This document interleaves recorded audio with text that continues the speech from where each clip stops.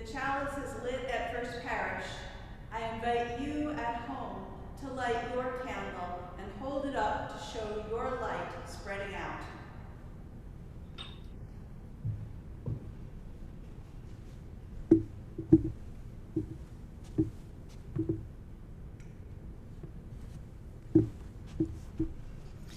Throughout the season of Advent, we sought words of comfort and good news.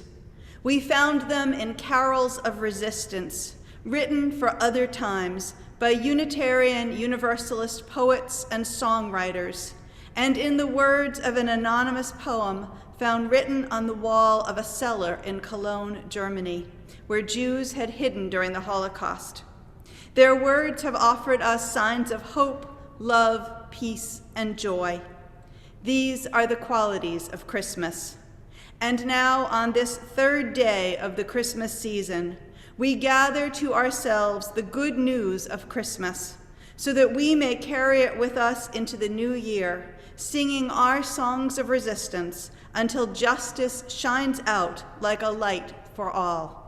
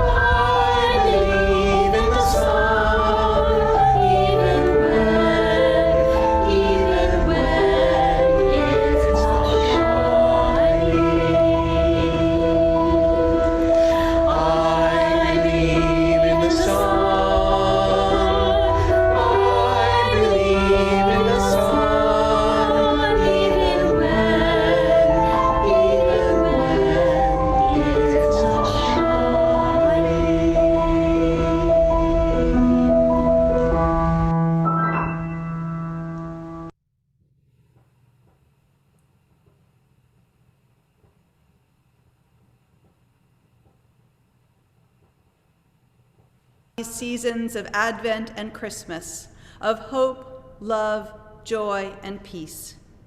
Even in the midst of fear, of challenge, of struggle, even when we have not been sure of tomorrow, we have known the warmth and power of the light within us. May we continue in the days to come to glow with its brilliance from the inside out.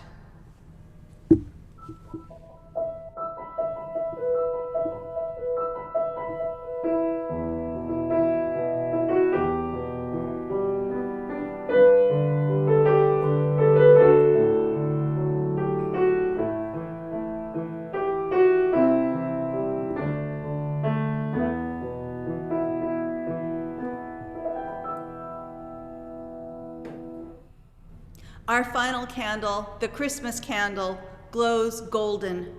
Gold is the color of the sun. It reminds us that each of us glows with light. With the eyes of Christmas, may we perceive that light glowing in each other, not just in this season of goodwill, but throughout the year. You are invited to light your Advent candles at home at this time. And now let us rejoice in this season, joining Beth in singing our opening hymn, Angels We Have Heard on High. Oh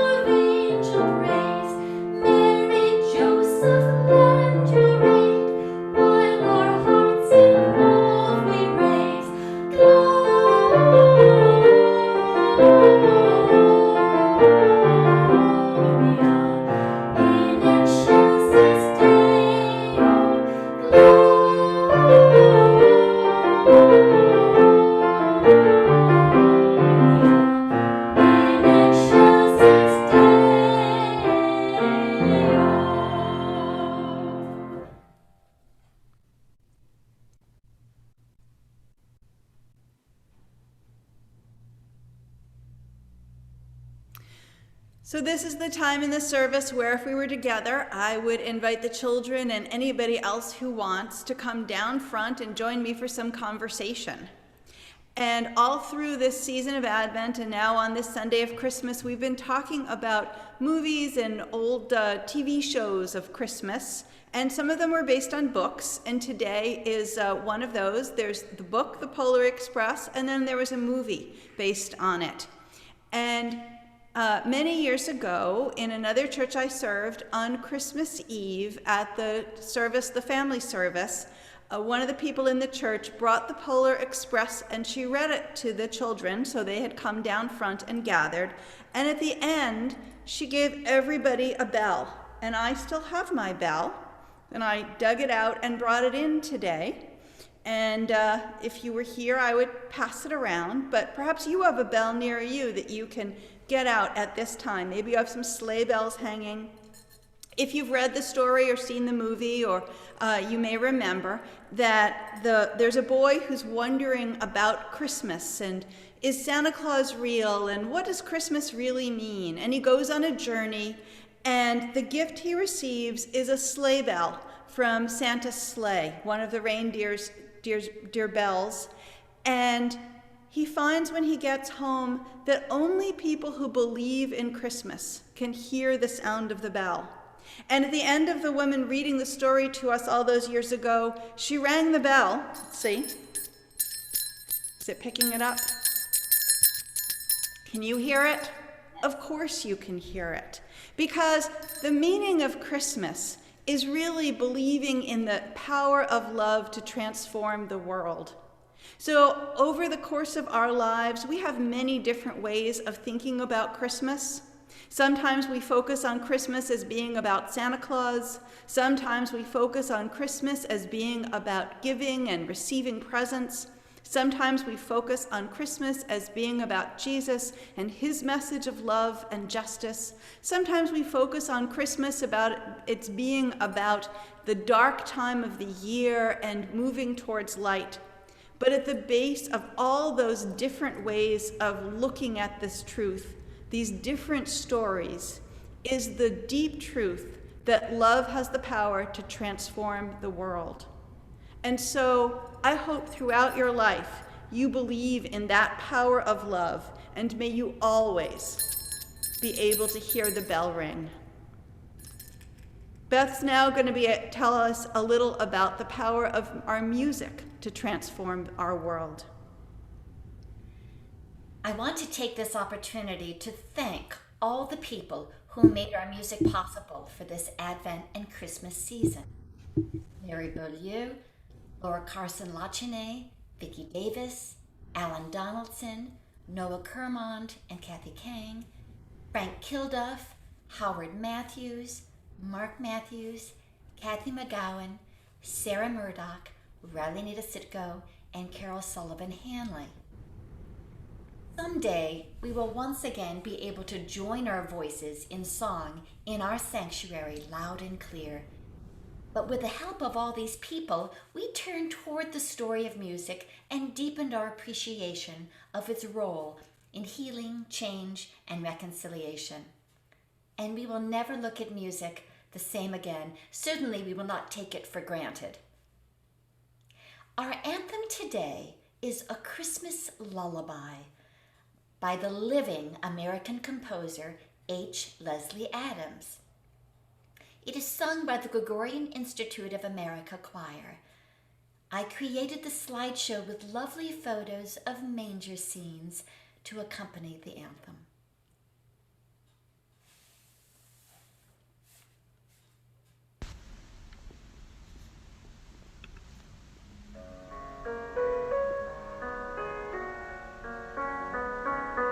Sleep,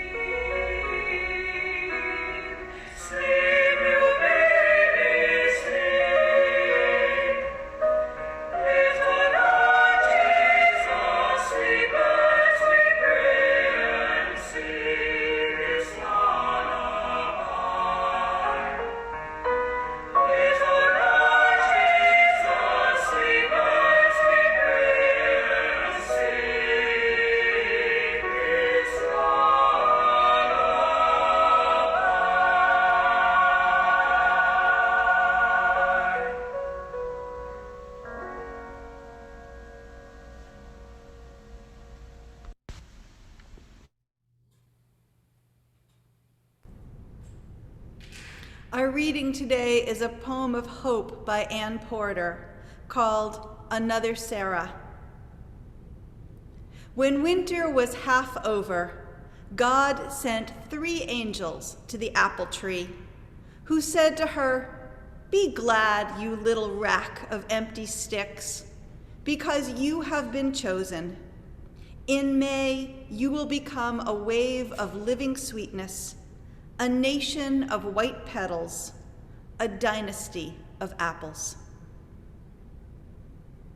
Here ends our reading. I invite you now to get in a comfortable position of rest. I invite you to get as quiet and still as you can. I invite you to a deep breath and a deep listening posture, perhaps eyes closed or fixed on a candle, as we prepare for our time of prayer.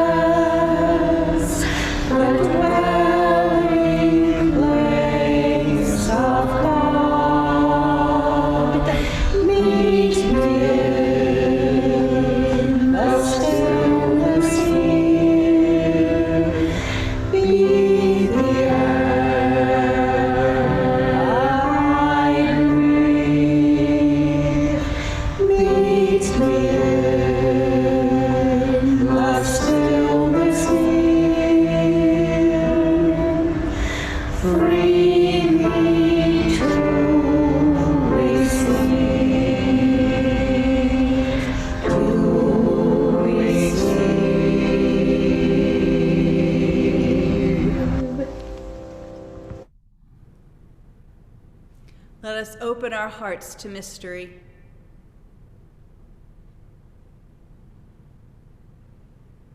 In this Christmas season, when we remember the birth of a baby so long ago,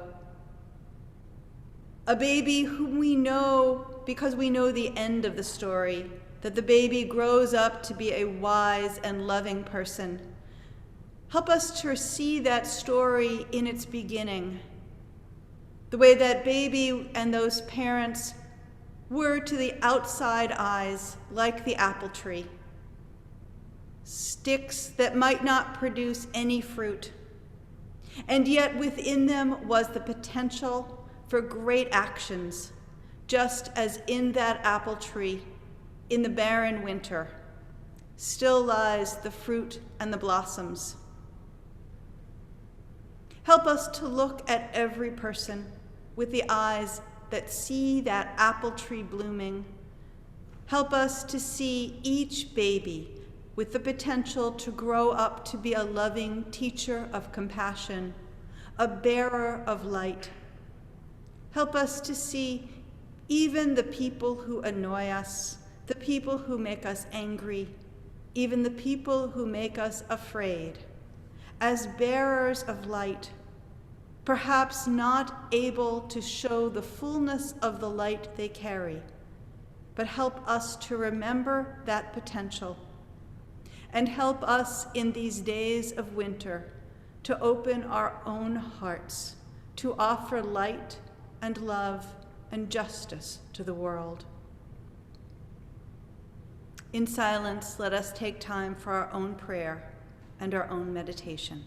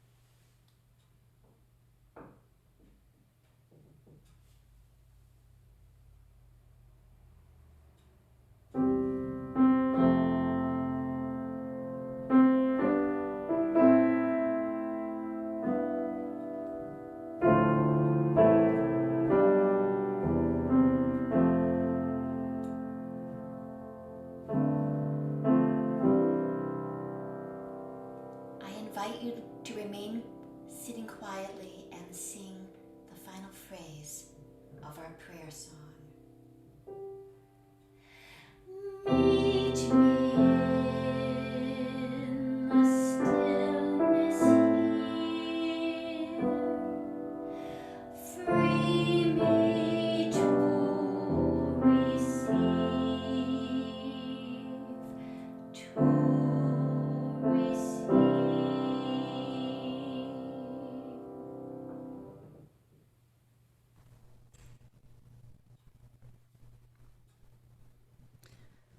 Throughout Advent, we've been singing carols of resistance, Christmas songs and hymns by Unitarian Universalist poets and lyricists, which offer us hope, peace, love, joy, and light to carry us through this year when those qualities have been hard sometimes to perceive in all the sad tidings of our world. We learned how Henry Wadsworth Longfellow could find hope during the hard years of the Civil War and his own personal losses, how Edmund Hamilton Sears could bring himself back to a sense of deep love, even as he saw his nation moving towards war. Fred Small sang of how the town of Billings, Montana came together to promote peace and connection against people who were trying to divide and encourage hatred. And last week, how John Sullivan Dwight could find in the story of Jesus' birth a message of freedom and connection for all people, including those held in slavery. I've learned a lot and come to a new appreciation for these carols. They are not just background music for me now, but songs of my faith, songs which have expanded my understanding and which I can turn to for sustenance and guidance. I hope you found them helpful too. And now, today, one final song from our tradition. Again, like last week, this is one I really didn't want to deal with. I know Do You Hear What I Hear really only from the oldies radio station my parents used to listen to, WNEW, which played music of the American Songbook. In my head, I can hear Bing Crosby crooning it. And though Bing Crosby really did record it, the song's not actually that old. It was written, it was written in October 1962 during the anxious days of the Cuban Missile Crisis.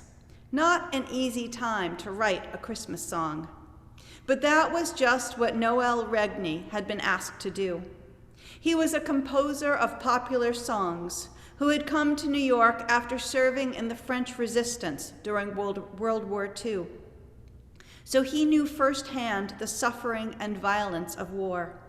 And that fall he feared not just for himself, but for his wife and musical partner Gloria Shane Baker and their baby son.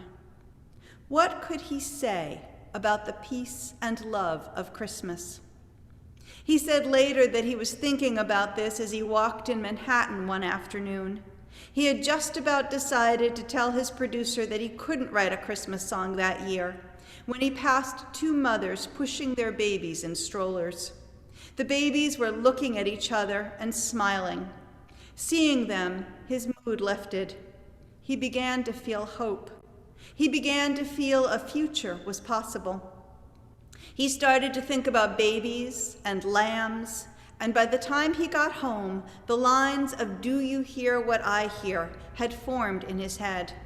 He polished it a bit and asked his wife to write the music for it. I haven't talked about the music much over these past weeks. Other than Fred Small's song, music for the other carols was composed years after the words were written. But in this song, the words and music are inseparable. They support each other. Without the music, the words could almost be read as a story for children. I can see the cartoon version. But with the music, the words evoke the sadness and fear of the days in which it was written. And it's the music at the end which rolls into chords of hope for the future.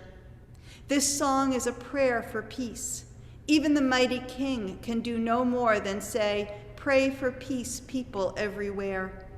And then the music gathers strength, letting us know that the people, in their powerful prayer of words and prayer of actions, together make real the goodness and light embodied in the child. We are the answer to our own prayer. We are the light.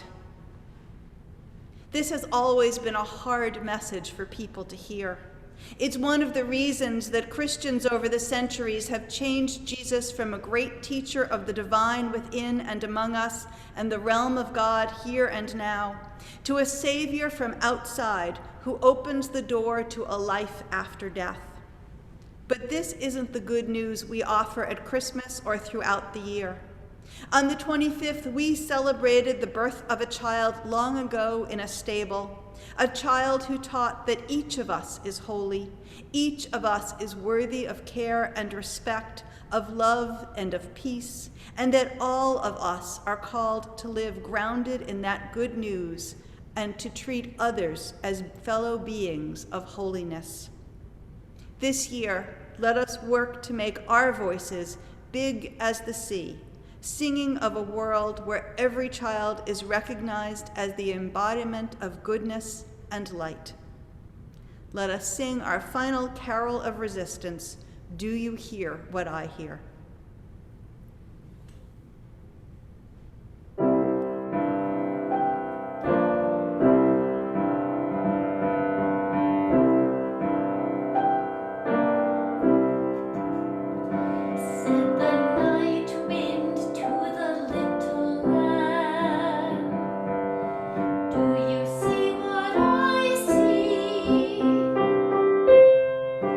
Way up in the sky, little